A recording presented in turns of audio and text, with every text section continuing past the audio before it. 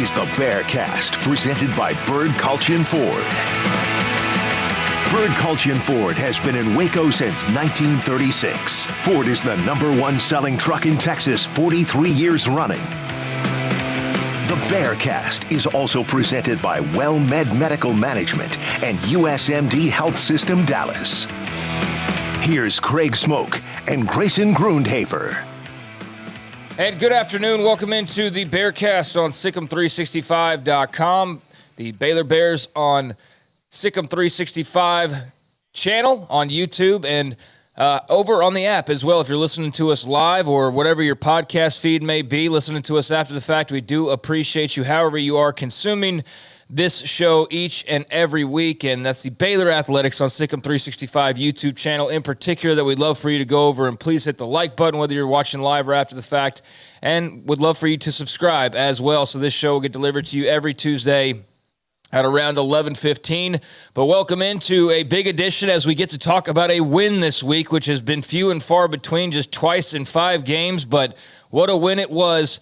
36-35 over UCF in Orlando on Saturday. We're going to break it all down and also look ahead to Texas Tech, a night game Saturday night at McLean Stadium, and a big game for both programs as somebody will be 3-3 and 2-1 in the Big 12 after both got off to a rocky start. And we'll also get into your mailbag questions as well. But I'm Craig Smoak, SicEm365 radio host writer, joined by Grayson Grundhoefer, director of broadcasting for SicEm365, and also Garrett Ross behind the scenes as well, making this show happen. And Grayson, it was not pretty, but it was exhilarating by the end. And at the beginning, it looked like we were in for total disaster and that this was going to be a really tough week to talk about this program and try to unwrap another loss and what looked like it was going to be an embarrassing loss at that on the road. And instead, we get one of the greatest finishes in Baylor football history and the biggest comeback in program history. We're going to get into how it happened, but just your perspective on what we saw on Saturday. I mean, it was incredible. I was there at the game, which was really cool, in the bounce house. And, you know, it was just one of those just wild games, wild turn of events, wild momentum swift changes, just all these kind of things that just have to happen for a crazy comeback to occur. I told Garrett before, you know, the show started that, you know, a lot of it was just like, how is Baylor down 35-7? It didn't ever feel like they were getting outplayed that badly, but it was what the score said. Baylor was able to flip that script in the second half, but crazy environment, a lot of fun, just a wild game, one of the most wild games I've ever been at. Well, Blake Shapen came back, and that was a big part of the storyline on Saturday. Baylor getting their QB1 back, and, you know, I think sometimes that can get lost in the struggles of the first few games is like, oh, yeah, he's hurt, but Sawyer Robertson's in, and then we just kind of take for granted that Blake's much further along in his progress, and so getting him back was key to Saturday's victory, along with, like I've said, I think a few times now, and I think it's even more relevant right now than ever before, but I believe I said this on last week's show, and I know I've said it multiple times here and on the radio, or on the 365 Sports Show. You say whatever you want about coaching, and sometimes that is legit. Like, you have a bad coach, but I don't think Dave Aranda's a bad coach. I don't think they have a bad staff. I do question where their talent level is in comparison to some other teams around the league, but as we've said, some of that has to do with age. Some of that has to do with a variety of factors. Could even do with NIL in some cases when you're comparing them to, like, let's say, a Texas or an Oklahoma, right? But ultimately, if it's not glaringly bad coaching and it's not glaring talent, what does it come down to? It comes down to players making plays, right? How many times have we talked about that? Players making plays, and on Saturday, some dudes stepped up and made some plays, and that's why Baylor won this football game, bottom line. There was some great coaching. Jeff Grimes had some good calls, and they decided to go up-tempo, and that ended up helping them out a lot, but players made plays on Saturday. Caden Jenkins or Blake Shapen or Monterey Baldwin.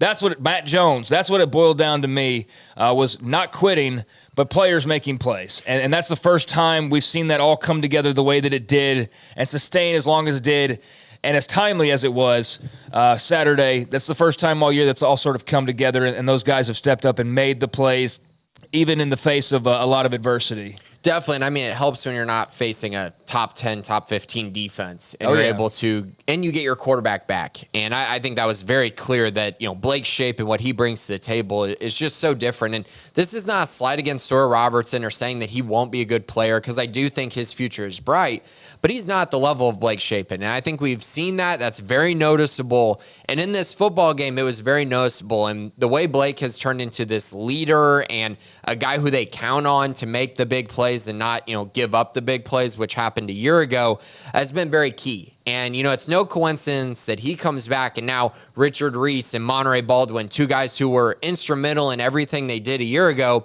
finally have breakout performances in this game. Like you said, players making plays, it was very key. The offense line got some things solved, but you're exactly right. You look at this game and you go, listen, the only way you come back from down 35-7 is if you step up and your best players start making plays. That's basically it. Yep, and that's what happened. And so let's get into how this game unfolded. We'll also look ahead, as I mentioned, at Texas Tech and get into some mailbag as well, and hopefully have some time at the end of the show to do some Big 12 picks. But we do appreciate you joining us. This game started off with a 3-and-out. I mean, as it has, it seems like every week almost with this offense, and I don't know what the exact rate is exactly, but if you were to tell me that they started on 3-and-out basically every game this year, I would be like, yeah, sure, that sounds about right. Right, and immediately a player not making a play. Dominic Richardson completely missed the hole on his carry. If he gets that, he might get the first down, or at least give them a chance to not get 4th and 1. They would have converted the first down. So again, you got to make the plays when they're there, and Dom had a really rough game. So there was one example of it. So there was a 3-and-out to start the game for Baylor. Not at all how you wanted things to start, especially with Blake Shapen back there, and it's just the same as it has been with Sawyer Robertson. And then it gets even worse as one play, 79 yards, Johnny Richardson takes one to the house on UCF's first ever play as a home team in Big 12 conference action. Their first offensive play is a 79-yard touchdown on the Baylor defense. Apparently, not setting their edges came into play here from what Dave Aranda said. So it is 7-0 UCF. Boom, just like that. And for the sake of time here, so that we have time to do all that we want to, we're just going to kind of zip along. Baylor, 3-and-out on their following drive. Nada. UCF gets the ball back, 6 plays, 52 yards this time around. It is 14-0, a little over 2 minutes on this drive, and it ends with Timmy McClain with a couple of runs and a 2-yard keeper, and it's 14-0 in the blink of an eye. Yeah, and they haven't seen a third down yet either. I mean, it was just too easy for them. One play of note here, or 2 plays of note, just really quick. Chateau Reed running down the sideline, jogging while Johnny Richardson runs right by him. What are we doing? Like, you have to have better awareness than that. And if you get a stop, at least they're at the 30 and not in the end zone. Tough play there. And then the other one, the big touchdown, like you mentioned, the 65-yarder. Devin Bobby turning his hips instead of just running towards the man and towards the football. You got to be able to at least hit the guy, influence the catch some. He doesn't. You're down 21-0, and you've just really had opportunities to at least prevent the big plays from just being complete explosion touchdowns. They were unable to do it. You're down 21-0. Yeah, you got a little ahead of me. It was 14-0. Baylor gets the ball back, 6 plays, and they punt back. And then, as you mentioned, it's 21-0 as UCF hits their second one-play drive in their first 3 drives. McClain to Javon Baker, 65 yards. It's 21-0, as you mentioned. And it's like, what in the world at that point? I mean, you're thinking, how bad is this going to get? And is Dave Aranda going to make it to the end of this game as the head coach of this football team? I mean, honestly, man, like, that's as bad of a start as you could possibly get off to. 21-0. And then they finally show a little bit of life. 10 plays, 72 yards in a little over 4 minutes of action as Baylor's able to convert on a 3rd and 4. Big catch by Jonah Burton to move the sticks as they were just pity-patting along by just the opposite of UCF's offense, basically, of, the one play, big boom play. This was just eke on by and move those chains, basically. But they finally get down into the UCF red zone and down inside the 10. Need about 3 plays to crack the end zone. But Blake Shapen eventually does take it in on a keeper. So it's 21-7, and there's a little ray of life for the Bears after digging such a big hole. And then they turn around and get a big stop. 3-and-out. Force the punt as UCF gets stopped for the first time all day long. And you're thinking, all right, well, there's something. And you're really thinking, like, there's something as Baylor then proceeds to go on and get a pretty big play from Richard Reese on a run. You had a 11-yard run from Dominic Richardson. You really stayed on the ground this drive, and you settled down a little bit. And then 3rd and 1 at the UCF 15, just when it looks like Baylor's going to make this a 21-14 game, or at the very worst 21-10, but it's kind of feeling like they're probably going to score a touchdown here. Dominic Richardson goes down. His knee appears to have gone down, but he fumbles the football. It's scooped up by Damari Henderson, and he runs it back 87 yards. The scoop and score, but wait, was his knee down? They review. Dominic Richardson's knee appeared to be on the body of the UCF player, so not technically down. And the play stands as called. They don't reverse it. Scoop and score stands. And what looked like it was going to turn into a one-score game is now 28-7. And it just feels like it's they're just not going to ever catch a break this year for Baylor football. It's kind of what it felt like at the moment for me. It's like they just can't catch a break or can't get out of their own way. What were your thoughts at this point, 28-7, when they were knocking on the door? Yeah, I mean, I felt like his knee was down based on what I could see, but I mean, I know that his body was there as well. You couldn't exactly see the knee because it was in between the guy's arm, but I don't know. It looked like he was down. Also, how long does a guy have to be tackled before he's considered that forward progress isn't going anywhere? I couldn't believe it. I told Garrett this before, but from where I was sitting, no one in the stands thought that was a fumble return for a touchdown. They thought it was one of those, hey, pick up, strip the guy late, pick up the ball, act like you're running for a touchdown. And then it come to find out it's actually a touchdown. The whole place went crazy at this point. Just a tough play, and one that, Dom had a tough game. He got, he's been dealing with that high ankle sprain, fumbles the ball here, missed a couple holes early in the game, and you're just like you said, man, can they catch a break? Because that's a huge flip and a huge turn of events, especially because, as we'll get to later, UCF has a very fortuitous call on basically the same type of fumble thing, and they were able to keep the ball, which was kind of ridiculous as well. And pretty good crowd at this point, right? Oh. I mean, elite. It was awesome. I mean, the whole place was bumping. They had the 2014 or 2013 team 2014 Fiesta Bowl tribute. I mean, the whole place was going crazy. The student section was awesome, but as we'll get to in the second half, that changed. So Baylor gets the ball back, down 28-7 now, taking a couple kicks to the gut. They start to try to get their way out of their own side of the field, but can't even get to their own. They're not even. I guess they're starting to approach midfield, but they encounter a 4th down and 1 at their own 40-yard line. Blake Shapen, pass falls incomplete, and boom, they've now turned the ball back over, down 28-7. And fortunately, things wouldn't get too squirrely from here on out. They can't convert. They set up UCF basically with a layup at their own 40, but UCF, gets down to inside the 10-yard line.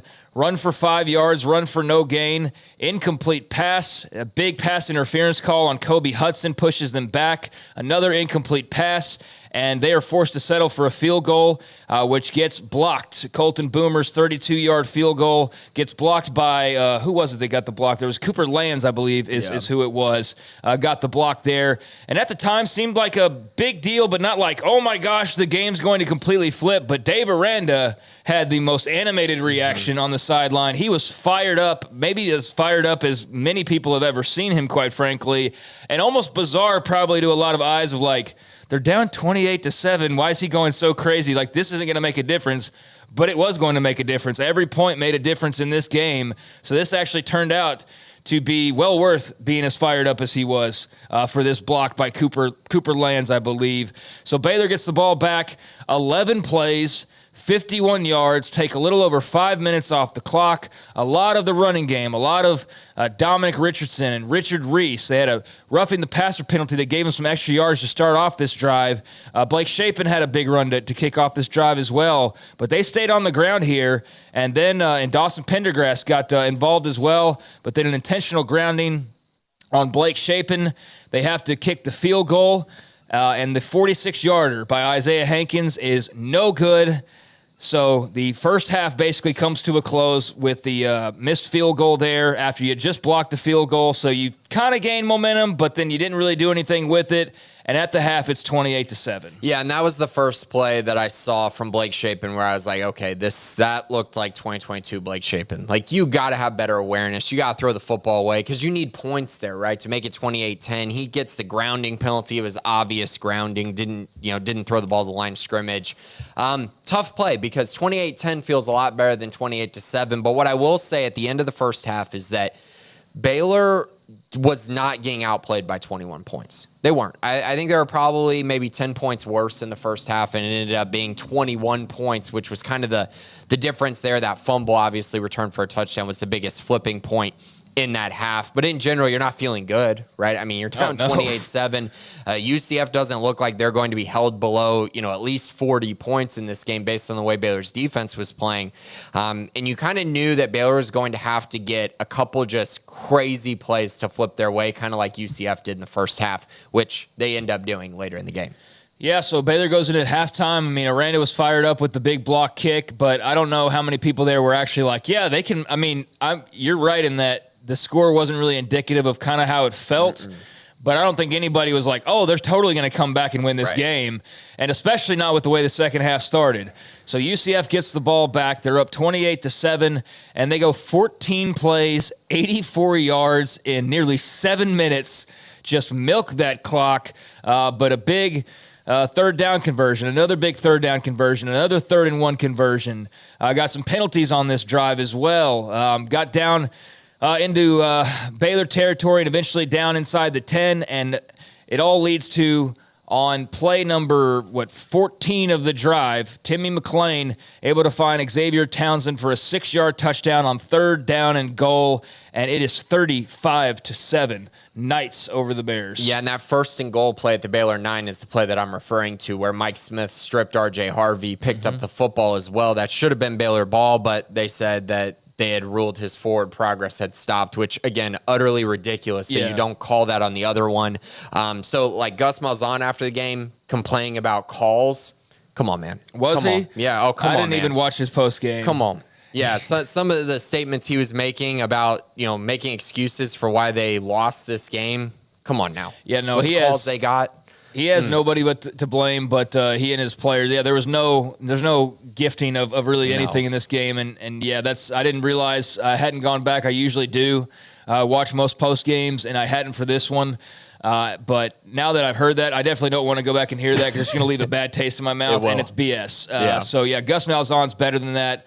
But I guess when you're that embarrassed by what happened, that you're looking for any answers to try and soothe the burn, so to speak. Right. And I think that's probably, he was coping a little bit is what he was doing with that. Because, they can only look in the mirror with this outcome. So you had the touchdown by UCF. They go up 35-7. Baylor would respond 11 plays, 50 yards, but only with a field goal on this drive, as Isaiah Hankins is good from 30 yards out. They had got down to the 10, but an incomplete pass from Shapen, a loss of 3 yards by Shapen, an incomplete pass by Shapen, and so they had to settle for the field goal. Field goals didn't feel like they were really going to do much here, but again, that's why Dave Aranda gets paid the big bucks, because chipping away actually mattered a great deal in the long run. So you might have thought, you might as well start going for it. You're down 35-7, but the field goal wouldn't matter. So they do get the 30-yarder. They're only down 25 now at this point. And this is where things will start to get pretty interesting, as UCF gets the ball back, and on the 5th play of their drive, all the way down to the Baylor 31-yard line already, as they had big chunks of plays. Very first play, you had 35-yarder getting to Baylor territory. McClain with a pass to Randy Pittman, got 14 yards on the next play, 7 yards on the following play. You did, though, get a penalty on UCF. But then run for 2, run for a loss of 2, and Timmy McClain goes back to pass on 3rd and 15 at the Baylor 31. And I mean, this is one of the many opportunities they had to just drive a dagger in. And he is intercepted by Caden Jenkins, who would be the defensive player of the game and turn out to be the Big 12 Defensive Player of the Week. And that interception was absolutely huge, as it would turn into a 10-play, 81-yard drive by the Bears that would be capped off by a 6-yard run from Dawson Pendergrass, the true freshman. They go for 2, which is also and Keytron Jackson converts. So an 8-point swing there, and it is 35-18. Still not feeling like there's enough time or that they're going to be able to get stops and score. But this all is even more interesting when you look back on it and you see how, a 1-point win ends up materializing. Yeah, and there was your Monterey Baldwin, one of his big plays, 43 yards on that drive. But this is the moment where you kind of sat back and you go, okay, they're still down 35-18. But the thing that I took away from this is that UCF's defense was gassed. They were not going to get many stops the rest of this game as long as Baylor had time. That's kind of how I felt after this. They were running the ball well. They were finding room in their zone to make plays with Monterey Baldwin. It just felt like Baylor's offense was in sync and UCF's defense was just kind of back on their heels. UCF gets the ball back. Again, another opportunity to extend the lead, up 17 still, but they are forced to punt. They punt back to the Bears, who go 5 plays, 55 yards, and Monterey Baldwin, who had a massive game on the second play of this drive, a big 35-yard gain to get down into the UCF red zone. Richard Reese dropped for a loss of 1, but then Chapin back to Baldwin for 11. Chapin back to Baldwin again for 5. This was a Monterey Baldwin drive, 3 catches, and the last one good enough for the score. They go for 2 again, get it again, this time to Jordan Neighbors, and boom, it is 35-26 all of a sudden. You're still like, yeah, I don't know, but this is getting really interesting, and there's a lot of time remaining. I still wasn't sold, but man, you had to start at least entertaining the idea of like, well, there is a path here.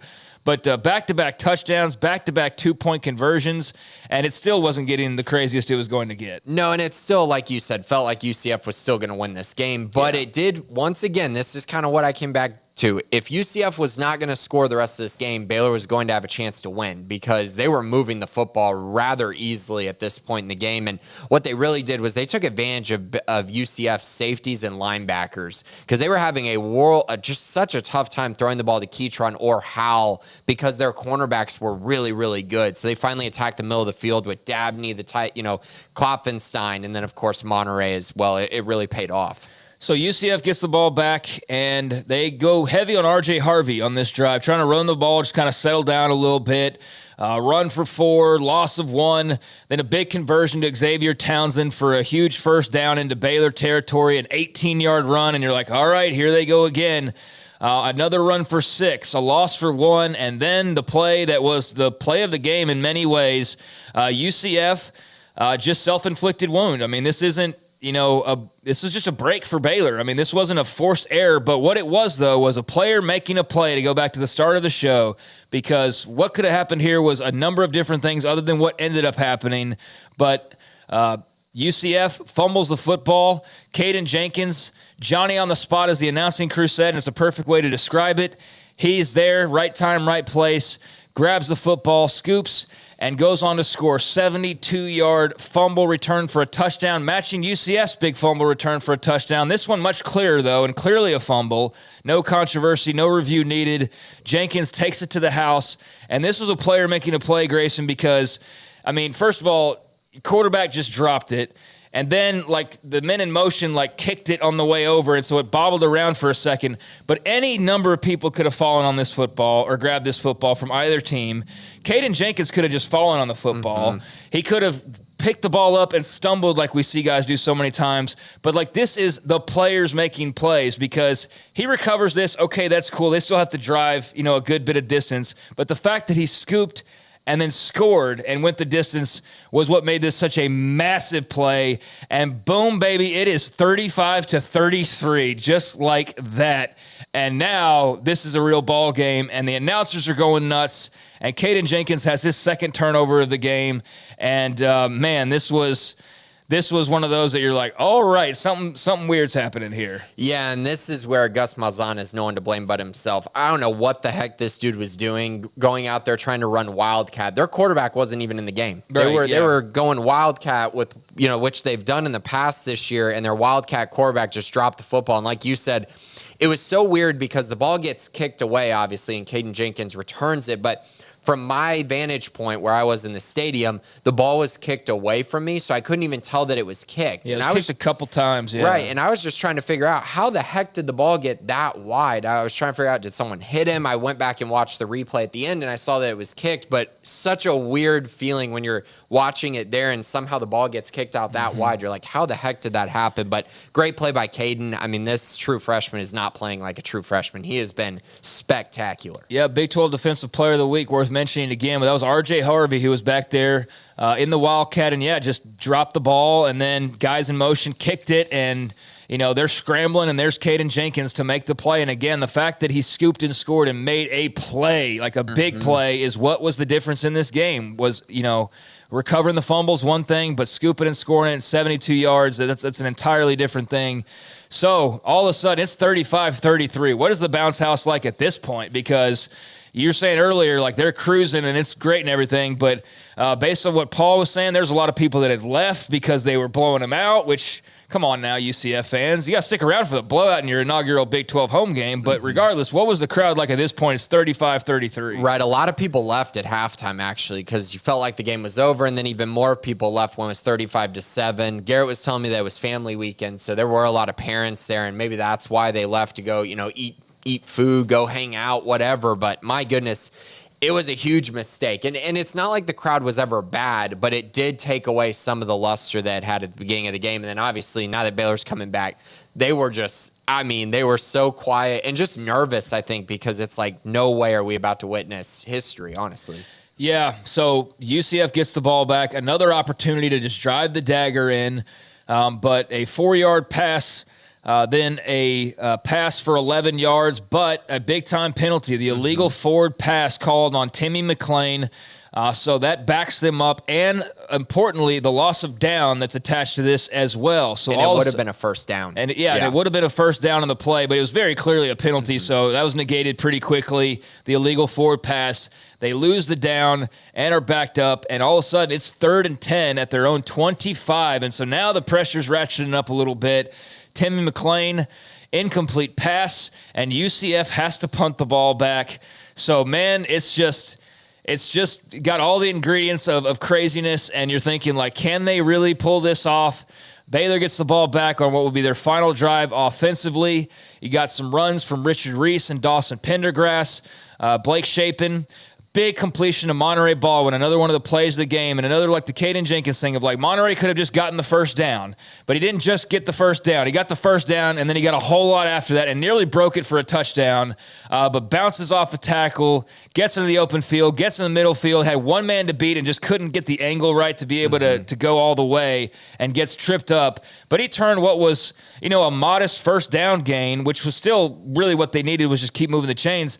But he turns into a 36-yard gain all the way down to the UCF 15. So now they're in field goal range, down by 2. Just a massive play from Monterey that was all effort. I mean, that's all it was an effort play. And just huge day for him that we'll talk about. Dawson Pendergrass gets stuffed on the following play, then runs for 3 yards, and then there's your captain, Blake Shapen, trying to make something happen. The keeper up the middle, trying to just get a first down. Would have loved to have gotten the end zone, but couldn't get either one of those done as two defenders converge, and they sandwich the heck out of him. You're like, oh, man, is he all right? But he played like a warrior, gets stopped short after a run of 5, all the way down to the 7. So it's 4th and 2. Baylor elects to kick the field goal. And I'm still thinking, like, oh, God. I'm thinking of, like, how many ways can they make this, like, the worst ending possible? Like, how are they going to throw up all over themselves, right? Like, he's going to miss this field goal, right? No. Isaiah Hankins is good from 25 yards out, and Baylor takes the lead after being down 35-7 with 1:21 remaining in the fourth quarter. Huge. Pretty unbelievable stuff. Yeah, and I mean, here's the deal. You want to see how much Blake Shapen has changed from a year ago? Just watch this drive. Leading them down the field, navigating them. I know it was a lot of running, but this is something where Blake Shapen might have turned the ball over last year, might have fumbled the ball as they're trying to go down and win this game. He does not, and most importantly on this drive, UCF was forced to burn all 3 of their timeouts, which is going to come back to be a huge thing towards the end of this game here. If they would have had at least one of their timeouts, I think the result might have been different. So the anxiety was only about to go up tenfold here on this drive. UCF down 1. with the ball back and with plenty of time, especially with an explosive offense like they have. But they'll take 11 plays before the final death blow in this game and convert a couple of fourth downs. But 4th and 6, Baylor has an opportunity to close the game out. Timmy McClain's there. Like, multiple defenders are within reach or like scrape his jersey, but he's backpedaling. He's all of a sudden, he's back in his own end zone. There's Matt Jones and company. I believe Matt Jones was one of the defenders that are closing in on him. Josh White, Matt Jones, Gabe Hall. Diving at his feet. They can't get him down. And next thing you know, he's standing by himself with Baylor defenders draped across the field, having not gotten him down. And he suddenly sets and throws downfield and is able to convert the pass to R.J. Harvey, 16 yards to midfield for the first down. And this is where I was like, oh, God, this is going to be the worst ending imaginable. But what a play by Timmy McClain. I mean, give him credit. But, my gosh, what a frustrating play to watch. And this is when you just had the big gulp in your throat, like, oh, man, all this effort to come back, and it's going to end like this. Like, you could just see the dread starting to come across the faces of all the Baylor faithful, I suppose. Yeah, I mean, up by 1, 4th and 6 at the 30-yard line, and somehow Timmy McClain is all the way in his end zone. Yeah. Why are Baylor guys diving at his feet? Just run around. Like, just all you had to do was not fall down, because eventually he had to set his feet and throw this ball, 40 yards down the field? 46 yards down the field. Yeah. Just to even make a completion. Like, what are you doing? I think it's heat of the moment. You're just trying to make a play. Yeah, but you don't need a safety. You don't need the ball back. You just need one stop. Yeah. Like, you just run with him. You don't dive for his feet. Just run. Just keep running with him. Well, regardless, they did, and he converted. And a few plays later, they're once again facing 4th down, and he converts R.J. Harvey, 5-yard run on 4th down and 2. And they are in Baylor territory at the 41-yard line with the 1st and 10.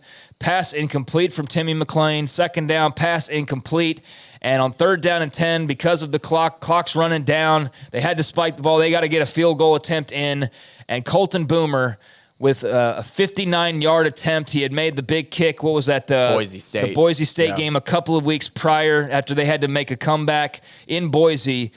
Could he be the hero again? 59 yards. I was thinking that's a little long, but like knowing Baylor's luck, like it's in Orlando. It's this big send-off, for the first game as a home team in the Big 12, but it's not even close. Wasn't long enough, wasn't straight enough, and he misses 59-yard attempt. And there you have it, the Baylor Bears with the biggest comeback in school history, at one point down 28, scoring 29 unanswered in a little over 1 quarter of action, and they win their second game of the year, now 2-3 and 1-1 in conference play. And what an incredible win, especially a game that looked like it was going to be a disaster, and you wondered, like, is Dave Aranda going to make it through the rest of the year the way that was? I mean, 35-7 on the road. That was going to be hard to explain away and keep telling people, well, just trust the process. But instead, one of the most exhilarating wins you'll ever see. And, man, what a good dose of just good, positive news and results, during a season that's been pretty difficult at times. This is exactly what this team needed. And, man, that's a game I'm never going to forget, and I know a lot of people are never going to forget. Definitely, and I think this is a game that honestly could be a turning point for Baylor's season, and maybe not necessarily to the level that fans were hoping before the year, but I do think that this is a team that now might have some confidence and might be playing with a little bit extra juice than they had in the early going. We'll see. They're going to have to, stack performances. But what I will say is, you saw the fight, you saw the heart, you saw a team that didn't quit, which is very important. When you're talking about, potentially a lot of people want, Dave Aranda to be fired or whatnot, like when your team is still playing really hard and for you and for each other, that's a team that has not quit. And that's the sign, honestly, of a good coach with a good culture. Yeah, I think the culture is healthy. The results are one thing, but I think in terms of the young guys and what they're building and what they see from their vantage point, we've talked about the disconnect of fans and overall just media and whatnot saying, like, you got to win now. And they're clearly of the mind that they've got something really good bubbling up. But, it's also the transfer portal era, and you wonder, can you keep it together for 4 years? Can you get Caden Jenkins and all these guys as seniors? How does that work? But, I mean, in terms of the right now, you do see, like, a turning point in Saturday's game and at least a confidence builder at the very minimum for a lot of these young guys and just guys that needed a win. I think for the staff, for Aranda, for the players, they needed something good to hold on to and see their hard work pay off, and it did on Saturday. It was an incredible game. They showed incredible fight and heart, and now they are 2-3 and 1-1 in the Big 12, as I mentioned. And now back at home for a Saturday night affair at McLean Stadium and welcoming in some familiar faces and the Texas Tech Red Raiders for a little rivalry action. Texas Tech coming in at 2-3, also 1-1 in the Big 12, and also coming off of a win as they beat Houston 49-28 last week in a game that was close in the first half. Texas Tech outscores them 14-0 in the second half and gets the victory. And so now somebody's going to win a second game in a row. Somebody's going to win a second Big 12 game in a row. Somebody's going to be 3-3 coming out of this after being 1-3, both of these teams. And somebody's going to be 2-1 in the Big 12. Grayson, what do you think about Texas Tech? What are the Bears facing this weekend? I actually think this is a good matchup for Baylor, and I wouldn't have thought this coming into the year, but here's the deal with Tech so far this year. They are not a good passing team, and they're actually a better running team than they are a passing team, which I did not think was possible under Zach Kitley. That's not been his motto, but Tyler Shuck had been inefficient, was turning the ball over left and right. They have to make the change to Baron Morton because Shuck got hurt in that West Virginia game. And Baron Morton has not been very good either. And you look around and you go, okay, what do you mean by not being very good? Well, in their games this year, they're completing 56% of their passes, 1,137 yards, 12 touchdowns, and 6 interceptions. And 7 turnovers because Tyler Shuck also had a fumble in that Oregon game. So 7 turnovers, 12 touchdowns, only completing 56% of their passes. And if there's an area where you're going to exploit Baylor, it's through the passing game. And Tech's passing game has simply not been very good. I will say, though, you flip that around, you look at their run game. Taj Brooks has been very good. Cameron Valdez is an explosive playmaker in their run game. And they still have some good receivers. They're just not taking advantage of them. So that's definitely something to keep an eye on offensively, and an area that I think does trend in Baylor's favor a little bit. Defensively, Tech is not very good. They're just not. They just gave up, 489 yards to a Houston team that has a mediocre offense. West Virginia ran at least to a level that was sufficient enough for them to win with their backup quarterback, who honestly, if you watch that game, that guy's not very good, at least not at this point in his career, because they didn't have Garrett Green. Then they got ran over by Wyoming as well. They gave up 171 yards on the ground. So in general, once again, Baylor should be able to run the football. Baylor should be able to pass the football against Tech as well, as Tech has given up a ton of yards through the air. They gave up 336 to Houston, 359 to Oregon. You kind of stack that all up. It's a great environment for Baylor's offense to have some success. Tech also does not get after the quarterback very well, as they are outside the top 100 in sacks. Coming into this matchup, there's not a lot here that tells me that Baylor shouldn't at least be in this game. There's not a lot here telling me that Baylor shouldn't be the favorite in this game as well. Yeah, I believe they're a slight favorite as of press time. Even now. It's even now? Even now. The line's moved to even from Baylor -1 where it opened. Well, there you go. So Tech actually favored in some way since they're on the road. Right. And so that's interesting. I do think it's a pretty even game. I think that I default to Baylor being at home, but Tech's going to be raring to go, and you needed that win last week, and they're in a very similar position where they got off to a slow start. I don't think theirs was as ugly as Baylor's, like losing to Texas State right away. But Tech lost to Wyoming. That was a shocking loss. So they've really kind of had similar paths. Mm-hmm. The only difference being that I don't think Joey McGuire is on a hot seat like people thought Dave Aranda could be. He's a bit more secure, I feel like. Although that might be similar as well. It's just that the fan reactions are a little bit different. It's just that Aranda's had a couple years in a row where this has been building up, whereas McGuire had the big 8-4 year last year, and they came raring into this season and embracing all of the hype and feeling like they could be a sleeper team in the Big 12. That was a big offseason talking point, and they didn't shy away from that.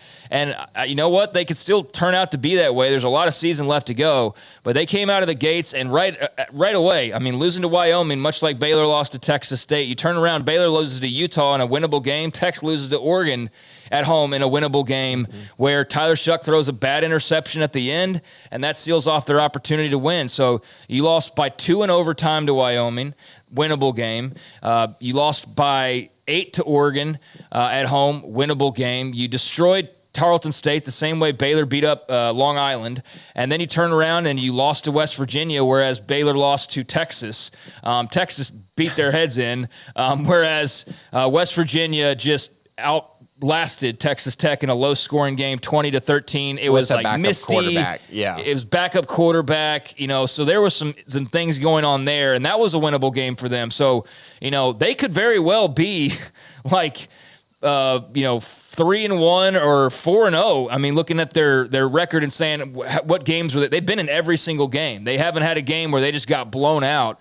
So it's just a situation where they haven't won the close games, and they won a bunch of those close games last year, much like we're seeing with TCU. They won their close games all the way up until the Big 12 title game last year, and now this year they've had some close games, and they haven't been able to finish. That's pretty much the deal with Tech. It's just a difference of how they've finished games, and they haven't been on the receiving end of like Oklahoma last year and Texas last year. And as a result, they are sitting at 2-3 and 1-1 in Big 12 play. Yeah, and I mean, I think the bigger thing for them, I know Baylor lost to Texas State, and that you look back on that, Texas State's 4-1. You look back on Wyoming, they're 3-2 with their losses, or 4-1 actually. Their only losses to Texas. The bigger thing about the Wyoming game is Tech was up 17-0 and found a way to lose that game, and it just kind of spoke to their problems physicality wise. You know what I mean? Like you look back, they only ran for 93 yards and they got ran over for 171 yards. It just was one of those games where it's like,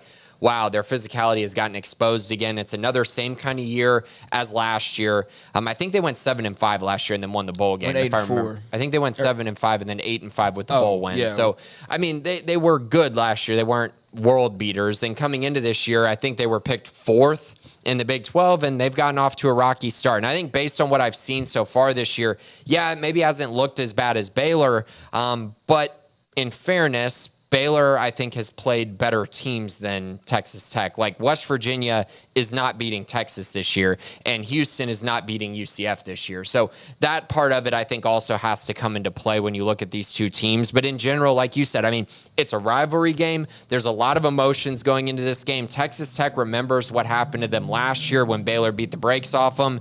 And so they're going to come into this game with a lot of fight, I think.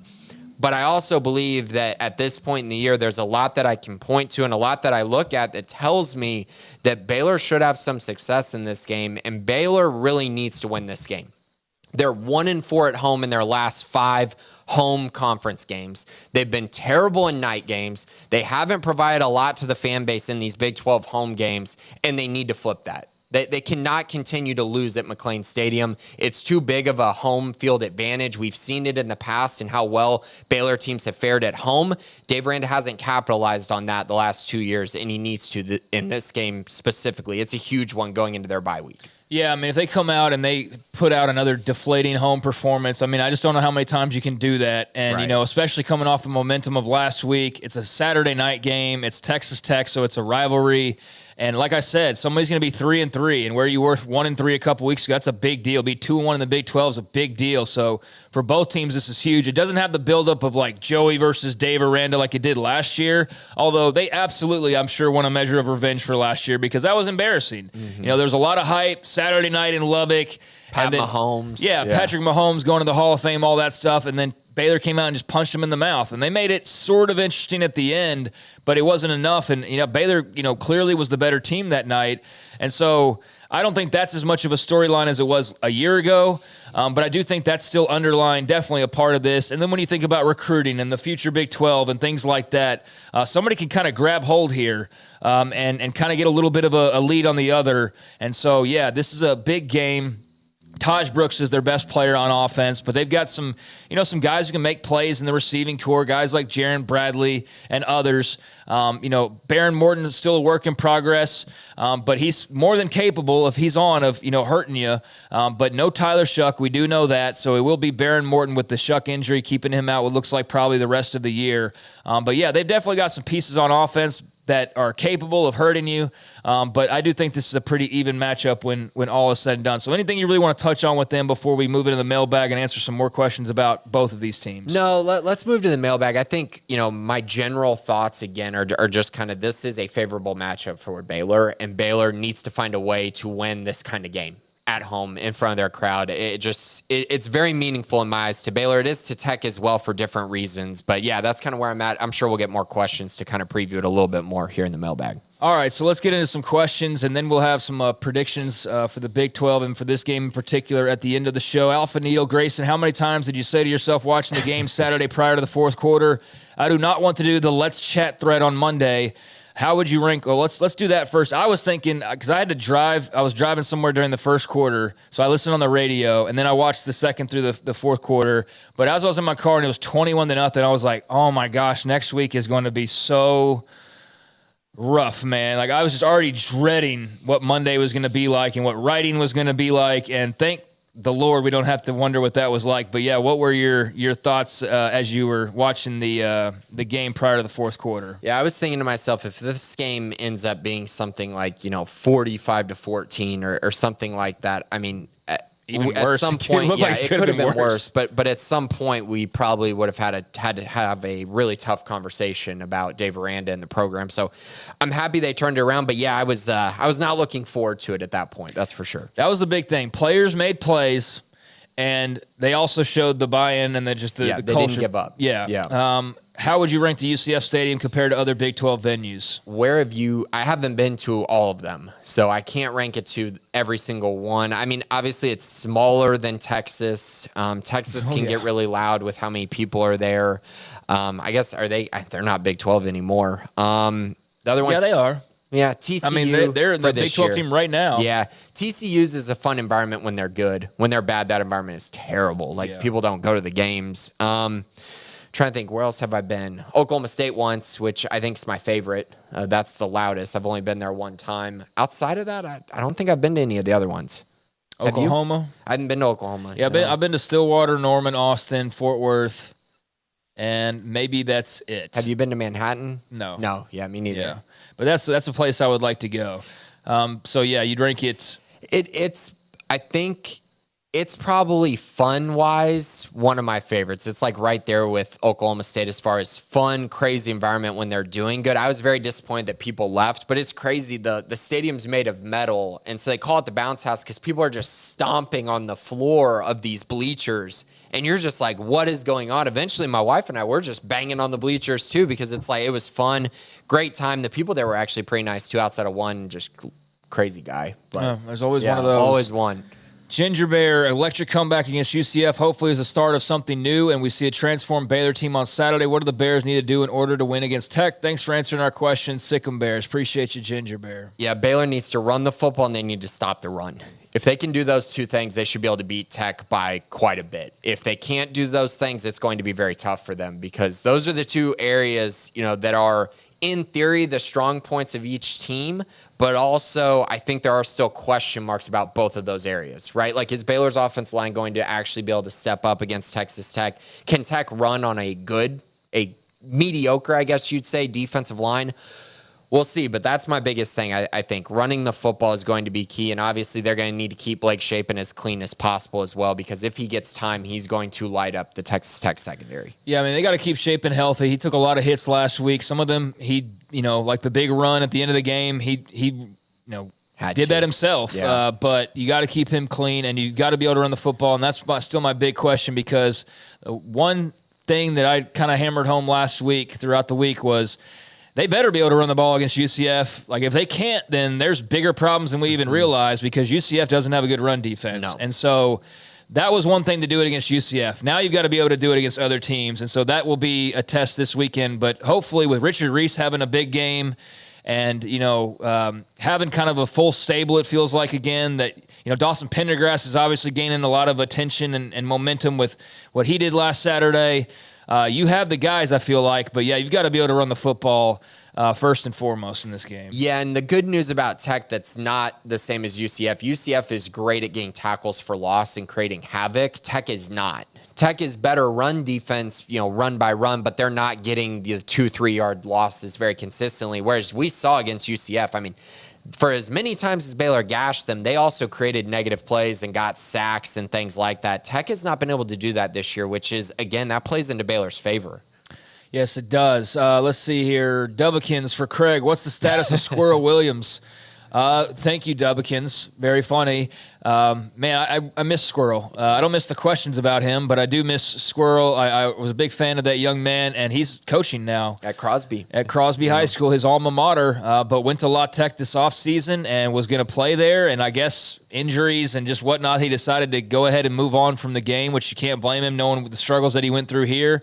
And so he never even played it down for La Tech, which is, I think, very fitting because that was a Baylor Bear. I know that transfer portal can kind of confuse those things, but that was one of those. I was like, I don't want to see him end his career somewhere else. And so, he's coaching at his high school, and wish him nothing but the best. Dubbikins, appreciate the question. Scotty B, the Baylor King, what concerns you most about the Texas Tech offense? For me, it's the explosive plays. Baylor's has not been good at preventing those, and Tech can create them. We've seen it in the past. Now, it hasn't been as consistent this year, but they have created some in the run game this year, which is also relatively new. But in the pass game, in the run game, I don't think down by down they're going to be elite against Baylor. But if you're giving up explosives, it doesn't matter if you're good down by down. As we saw with UCF, they didn't have many long drives, but their big plays just really killed Baylor and gave them an edge early. Yeah, they are capable of being explosive, and as Baylor showed early in that UCF game, and throughout the year, they can give up the explosive play. So I imagine Tech's licking their chops a little bit, feeling like they're going to be able to hit a couple of those. And then, take 3, try to get some turnovers off Shapen and cause some chaos, as I'm sure what they're banking on to some extent. But you're going to see a lot of Taj Brooks still. He's a very good player. Valdez, as you mentioned, is a complimentary piece as well. So, I think just their explosive ability. And I think that's just a concern with whatever offense you're facing if you're the Baylor defense right now. As much as they got some stops at the end of the last game and made some plays, like they still haven't shown that they can just all 4 quarters, Big 12 play, do what needs to be done to get a win. Right, and I do want to mention here, I think is a good point because we're talking about the run game. Dave Aranda did mention that Mike Smith tore his ACL and is out for the entire season. So that is something of note. I know he hasn't been great, and Baylor fans have been relatively disappointed based on expectations on Mike Smith. But now we're going to see, is Josh White ready? Is J.J. Evans ready? Is Carmelo Jones finally going to get on the field? I think those are important questions that are going to be answered this week. Sikkim, Kentucky through Utah, Texas, 3 quarters of the UCF game, and we had a score to combine 29 points against our P5 opponents. As we all know, we put up an astonishing 26 points in that incredible fourth quarter, an aberration or a sign of things to come. Well, they haven't had many P5 quarters with their starting quarterback, so I think that matters a lot when you're talking about what they did against Utah and Texas, and also those are 2 of the best defenses in the country. So throw that out the window. They did not play good in the first half, but I do think their offense is it's somewhere in the middle between the first half and the second half. So no, 26 points in the fourth quarter, probably not happening again, but I do think they'll be more consistent than they were. Useless Kim Degree, what are the keys for Baylor's O-line to focus on this week? Will Tech stress our line in the passing or rushing phases? I'm hoping we can keep shaping a more upright this game. So Tech is not very good at getting after the quarterback. They are not a high sack rate team, nor are they a high tackle for loss rate team. One thing that they have been relatively good at is stopping rushing plays on base downs with the running back. They've been really picked apart by running quarterbacks, actually. When you look at the West Virginia game, the game last week with Donovan Smith, the Wyoming game, they got ran on by quarterbacks, not as much up the middle by running backs. So it's kind of going to come to a head. Does Tech actually have a good run defense, or is it more so just quarterbacks were exploiting them? What's the difference there? But in general, Baylor should find a way to be able to prevent, a lot of sacks and prevent Tech from really getting in the backfield. That based on trends. Midwest Matt, did the win over UCF save Aranda's job? I don't think he was in danger of losing his job just yet, but had that been like 56-7, I think that would have caused a lot of weird pressure and weird discussions and would have been just a really bad vibe in general. So I think it cooled off things immensely for at least a few days. Now, go get blown out by Tech on your home field and it's all going to start up again. But it at least release some of the pressure, turn the valve a little bit, because I don't know how much more it could have built up before there was a big explosion. And that was what it was feeling like in that first half.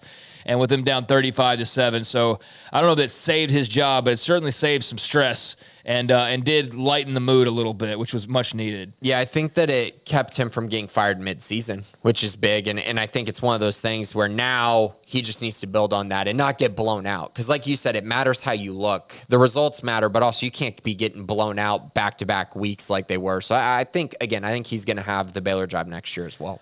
Remember the broadcasters mentioned win of the first quarter was the final UCF field goal attempt into or against the wind. So it was actually behind the kicker, but it was also blowing to the right, which you saw with Isaiah Hankins' field goal as well. He missed it going in the same direction at the end of the first half.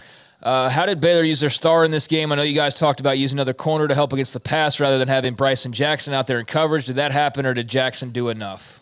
Well, they used Corey Gordon a lot, too. And Bryson didn't get exposed as much. They actually just kept attacking Corey Gordon, to be honest with you. And the star position is still a problem, but there's other reasons that they had problems. The linebackers and sometimes the safeties as well had some bad moments, I would say. How will the injuries to Mike Smith, and you mentioned that Mike Smith tore his ACL. We learned that on Monday. Unfortunate for him. Also, Garrison Grimes, long snapper, tore his ACL. That was another part of that game that got very stressful when you're having to make kicks, was all of a sudden you had a different long snapper in there. And it's not like you just have those like off the shelf. Mm-hmm. And so that was a bummer. But both those guys now out. But how does that play out going forward? Is Josh White as big as Smith? Yeah, I mean, you're going to see Josh White. You're going to see J.J. Evans. You're going to see Carmelo Jones, maybe even Brooks Miller. I'm very high on Carmelo Jones and J.J. Evans as well as Josh White. I think all three of them will get some reps. Very intrigued by Matt Jones having his best performance of the year against UCF. He was great in this football game. No, there were some mistakes here and there, but in general, he was very, very good. No, Josh White is not as big as Mike Smith, but he is way, way more athletic, way faster. It should be noticeable. But the thing that will also be noticeable is I do think at times you'll see him out of position, which has been his problem early in his Baylor career.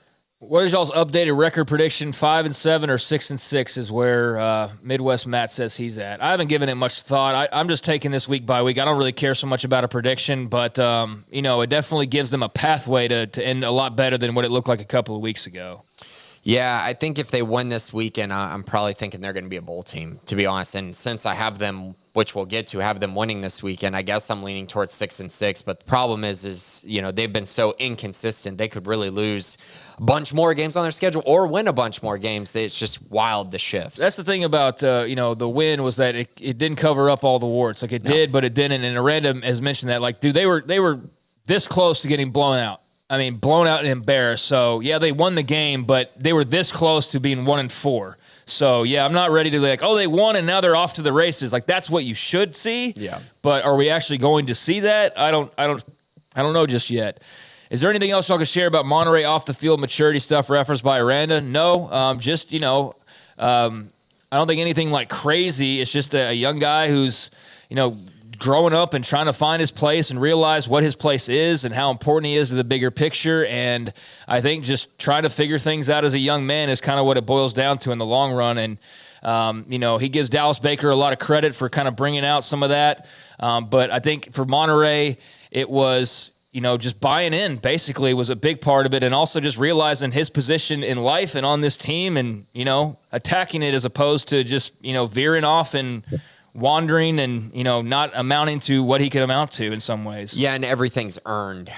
He was not making plays. He was dropping the football, and therefore you get benched, and a walk-on's playing over you. And so I think he's realizing, you got to perform, right? You're not going to be handed things, and he looked great in this game. Very proud of him. He was awesome, and I think going forward, everything should be great for he and Richard Reese as well, who had a breakout game. Martin has a lot of questions about the Tech defense, and I feel like these are better suited for probably the articles breaking this down. But Tech seems to have long, tall corners. How do we match up against them? And this is I don't think we have time for all of these breakdowns position-wise. Okay. Yeah, I'll be quick with this. So big outside receivers were a problem against UCF. I don't think Tech's corners are as good as UCF's corners. But on the flip side, Monterey Baldwin should have another big game and a big opportunity across the middle of the field. So I think the outside receivers will be better. How does Tech utilize tight ends? They've got massive guys there. They utilize them some, but they really want to attack you with their receivers. They have a lot of really talented guys there, and that's where they're going to utilize them. They also use them in the run game as blockers. They've improved there a lot. Interior D-line for Tech looks small. Do we have an advantage there? Yes, but Jalen Hutchings is really good. You need to be wary of him. But again, I think this is an area that Baylor should be able to attack them. They lost a starting linebacker earlier this year, and I think that's impacted Tech as well. All right, we got to roll through here. Also, edge players are a strength for Tech. Do the tight ends for Baylor get dirty this week and help out the tackles? Does not seem to be a strength, though Roberts has flashed. Yeah, that needs to be better. Baylor's tight ends are not blocking at the level that they have been, and Kelsey Johnson is a guy who I'm expecting to have a bigger role in a bigger game, and Drake Dabney, of course, blocking-wise, needs to continue to improve. Master Pierce, MPH. First, one of the most concerning things for me during UCF, inability to set the edge. Our D-line, or D-ends look entirely lost. Do you think Tech can effectively exploit this with their run game? I do, but it's different. They don't run the type of offense that UCF does where they stretch you as much horizontally. They kind of want to run the inside zone against you more so. And so I think that will help Baylor a little bit, especially if they're able to get Jarrell Boykins or Trey Emery back at nose tackle. But the defensive ends, they adapted and played a lot better in the second half. In the first half, they got exposed, as did the outside linebackers and the linebackers in general. All right, where are we here? Morton's terrible for Tech under pressure. Their O-line has given up 13, similar to Baylor's, given up 13 sacks, which is similar to Baylor's 12. Given we aren't good at creating pressure, do you think we dial up any unique blitzes, pressure designs like last year against Tech? We had 6 sacks. Yes, I think Baylor will get at least 3 or 4 sacks in this game. I'm expecting a big one from Byron Vaughns, maybe even Garmin Randolph and TJ Franklin. Ginger Bear, seems like no matter who the head coach DCR, Baylor defenses have a problem making tackles. What's going on with the front? How can we start consistently pressuring the quarterback and get some sacks? Yeah, I mean, so I guess 2 questions here. The tackling is inexcusable. I don't know how you fix that midseason. You probably don't. Now, as far as Baylor's defensive front, I don't feel like they've been bad, but I think people are underselling how much they do need a true nose tackle and how much it will help them. I might be wrong on this, but I feel like if they have a true nose tackle, it will take a lot of the pressure off these guys, a lot of the pressure off Gabe Hall having to play essentially nose tackle at times, put him more back in his natural position along with Trevin Maya. I think that will help a lot. As far as the sacks go, I felt like they did a great job in this game. And the theory was just to keep Timmy McClain in the pocket. Not necessarily get sacks every time, but force him to just stand there and read the field. That's what they did with Baron Morton last year, and it worked out really, really well for them. All right, Bears 224. With Johnny Carter able to play in 24, is he coming to Baylor? Is that opportunity come and gone? I don't believe he's coming to Baylor. All right. With Dave Aranda being a defensive guy, why are we struggling to get an identity there? Corners look great. Really proud of our young guys. But, man, I love 21's defense to the point I was always happy when they took – well, I mean, it's the greatest defense in Baylor history. I'm just shocked we haven't been able to remotely replicate that type of defense. What's Dave have to do? Thanks, guys. I think a lot of it comes down Find to the Jalen players. Petrie and Terrell Bernard and all those cats and bring them back. I mean, they're making plays in the NFL. Yeah. Those are huge guys. And I think a lot of this is a growing curve, but I do know they really like their young guys. And so maybe as the years progress, they're able to get back to 2021. But like you said, that's a historic outlier of a defense in Baylor's history. Yeah, I mean, we'd all love to see that, but that was years in the making. Those guys didn't just pop right away either. No. They took some time to get off, to what would be, historic careers, but it's not like they were freshmen and just balling out of control right away. I think you could see that some parts that could be in 3 years, like really good. And then you add more along the way and they could be really, really good, but it's going to take some time. And can you keep it all together in the portal era and all of that as well? It's difficult. And 21 was just special. Like everything just clicked for that defense. Yeah. All of it came together, and that's going to be really hard to replicate at any point. But there are some young guys that you can build around for sure. Doc Crowell, thank you, Bears. Can you compare each of the Mike Smith replacements? I mean, so I kind of went over this. Josh White, very athletic, a little bit smaller than Mike Smith, doesn't quite have the awareness and, fitting that Mike Smith does. J.J. Evans, smaller, more like a true will linebacker, needs to grow more to have a consistent role, but he's a good player. He seems to have a very good idea for what he needs to do at the position. And then Carmelo Jones, who I actually think is he might end up being the best of the 3, but he's not gotten on the field, and he really needs to focus and really take his game to another level from an awareness and IQ standpoint. But very good, very athletic type guy.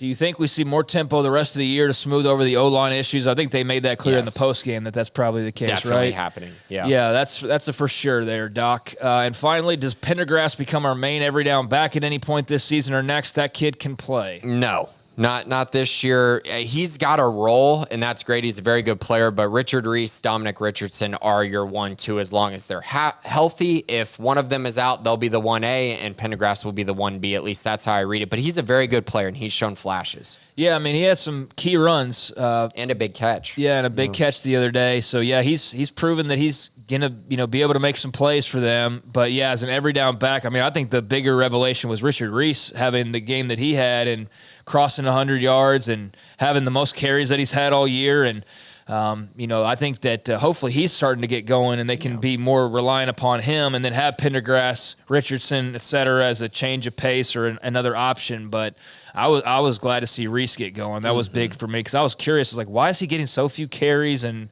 just what's sort of the mindset here? The O-line had just been terrible. There was that, yeah. So, all right, appreciate all the questions this week. I think we got to all of them and tried to spend as much time as we could given the amount of time that we have, which we are winding down right now.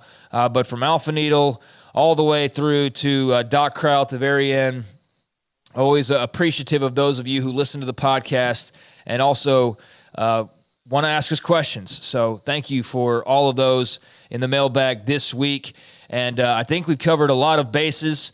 There is the Mike Smith injury that we talked about, the Garrison Grimes injury. Outside of that, sounds like the defensive tackles, Jarrell Boykins and also Trey Emery working their way back still. Don't know that they're a guarantee that they will play because that kind of sounds up in the air. Trey Wilson was dealing with the concussion.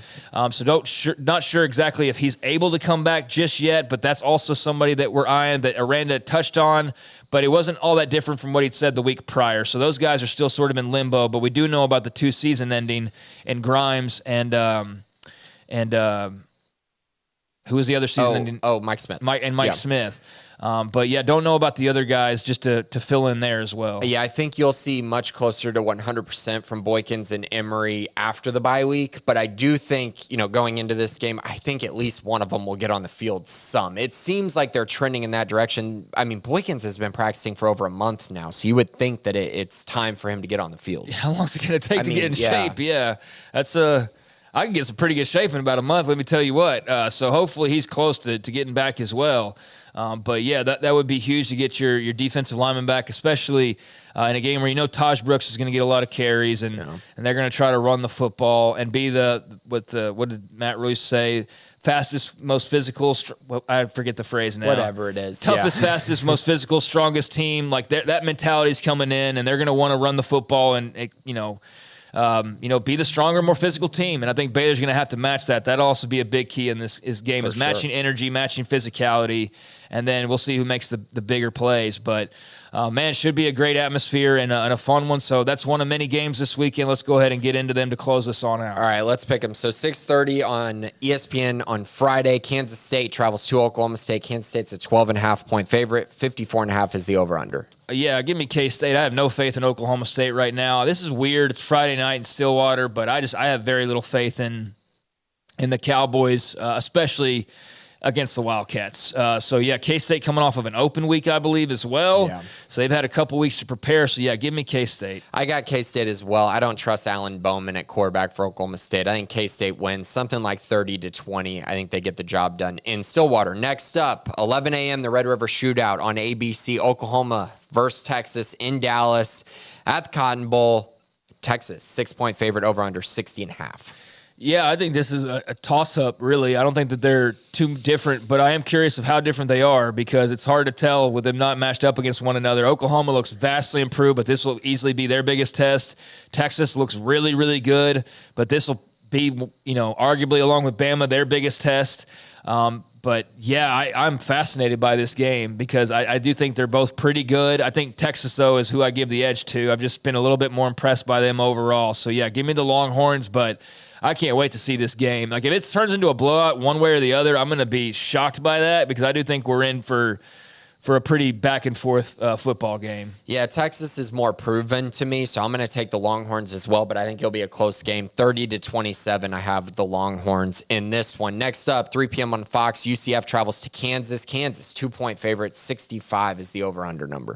Yeah, wow, that's going to be an interesting game. Might have 2 quarterbacks back this week, too. Yeah, I mean, you hope so if you're Kansas, and UCF had John Rice Plumlee dressed out, but he hadn't practiced, and so they held off on bringing him back. But he could have played against Baylor technically. Yeah. So yeah, Plumlee versus what's hopefully a returning Daniels as well. Man, I don't know. I like, you know what? This is where I think like the Big 12 and being in the Big 12 longer comes into play a little bit. Like we saw that with Baylor and UCF last week. We've seen that with all the new teams trying to fend off the stalwarts of the Big 12. So yeah, I do give Kansas a slight edge because of that, and being at home, I'll go with the Jayhawks there. I'm going to take UCF, Fair enough. Either way, take the over here. There's going to be a lot of points in this game, but I think UCF can score on Kansas early and often, but it's going to be a good game. I'm going to have it something like 41-38. I got UCF winning that one. Next up on FS2, TCU travels to Iowa State to take on the Cyclones. TCU is a 6.5-point favorite. The over-under is 51.5. Both these teams coming off losses. Oof. I mean, TCU clearly has more firepower, so I go with the Frogs here. That was a disappointing loss. They've had a couple now, and, last year's magical run, they're, like I talked about earlier, just not winning the close games now at this point, and so that's the big difference for them. But I think after taking another loss, they'll be highly motivated. Iowa State last week, I mean, it's a testament to Oklahoma and their improvements, but usually, they have at least a little fight on defense, and Oklahoma just, boat race them. So I know TCU's not that explosive, but I just feel like they're going to have a little extra motivation. They got a little more pop than Iowa State does. So, yeah, give me TCU here. Yeah, I think Iowa State's about done with this year. They seem very much on the fringe of whether they're going to compete in any games really going forward. They just seem like the team that might quit of the teams in the Big 12. So I'll take TCU, but I do think you'll see some fight at least in this one. We'll see how many more weeks Iowa State will fight, but I got TCU winning this one 30-24. They'll narrowly eke out a win. Finally, game of the week on ESPN2 at 7 p.m. Texas Tech travels to Waco to take on Baylor. The line is even. The over-under is 57.5. Who do you like, Craig? I'm taking Baylor, man. I think these two teams are pretty evenly matched. This game being at home doesn't really mean a whole lot because Baylor's gotten thrashed at home multiple times already this year. So I don't think that gives them anything. But I just think coming off of that win, I should say, Saturday night, I would expect it's going to be a pumped-up crowd because of what just happened. I know Tech will bring it as well with their fans, so it'll be a raucous atmosphere, and I just give the slight edge, keywords there, to the Bears here. But, yeah, I know that they could definitely, if they play around with their food or make kind of the same mistakes, Tech could take advantage of that and beat them. But I think that they're looking eye to eye here, honestly. I don't think there's really anything that gives either team a distinct, noticeable advantage. So, give me the Bears by a slim margin here. Yep, two teams that really need this game, and Baylor, I think, just needs it even more with the way they've performed at home in front of their crowd. This is a game where it'd be inexcusable if they don't show up with a lot of fight, a lot of passion in this game. I think Tech is a really good matchup for Baylor, which might be a little surprising to some, but just diving in a little bit deeper, I think that Baylor can have some success offensively and defensively in this one. So I'm going to take the Bears 31-24. I think it'll be a very competitive, very good game, but ultimately, I think at this point at home, Baylor is going to be the better football team on Saturday. Yeah, by how much, who knows? But all you have to be is just 1 point better, as they learned last week. And but you can't get off to a snooze fest for 3 quarters and then all of a sudden turn it on at the end. Hopefully they've learned that lesson, right? Because Tech will blow them out of the water if they attempt to play that way again. And they will not relinquish a lead the way Gus Malzahn did. So, yeah, this ought to be a lot of fun. Should be spirited atmosphere. Both teams need to win, as you mentioned. And we'll have some momentum coming out of this game. Whoever emerges victorious, we'll have a couple wins in a row. We'll have a winning Big 12 record. We'll be back at 500. We'll be, in good position to go win or go make, I should say, a bowl game. Whereas both were kind of looking at the schedule a week ago going, how exactly do we get here? But now there's that hope. And a lot to play for in this one, including bragging rights as well. So should be fantastic football on Saturday night at McLean Stadium. But, yeah, just slight advantage to the Bears. I don't think that they're noticeably better, but I do think that something has to come from last weekend's win, and they can't let that go to waste. So we will see, but looking forward to it. Anything before we go here, Grayson? No, just be sure to check out Sikkim 365 Premium. We'll have all the coverage leading up to the game against Texas Tech. And, of course, 365 Sports this week. I'm sure you'll have a lot of really good guests set leading into this game and other games as well. Yeah, we have loaded lineups 3 to 6, a lot of Big 12 talk, a lot of college football talk. So if you haven't already, head on over to the 365 Sports YouTube channel, and please hit like and subscribe, or as you can do right here, Baylor Athletics on Sikkim 365, this channel. If you haven't already, please hit like and subscribe. We would appreciate you doing that for us, and that's all we ask. And just want to thank everybody out there for listening and be along for the ride. Nice to talk about a win for once, and nice to talk about not a win over Long Island, too. This one had a bit more oomph to it, and obviously was an incredible finish and a game that I'll never forget, and what an improbable outcome that turned out to be. So what are we talking about next week? Well, we'll see here in a few days when we talk to you next Tuesday at 11:15 on the Baylor Athletics on Sikkim 365 channel, and, of course, on all your favorite podcast feeds as well. For Garrett Ross behind the scenes, appreciate you. And for Grayson Grundhoefer, I'm Craig Smoak, and this has been the Bearcast on Sikkim365.com.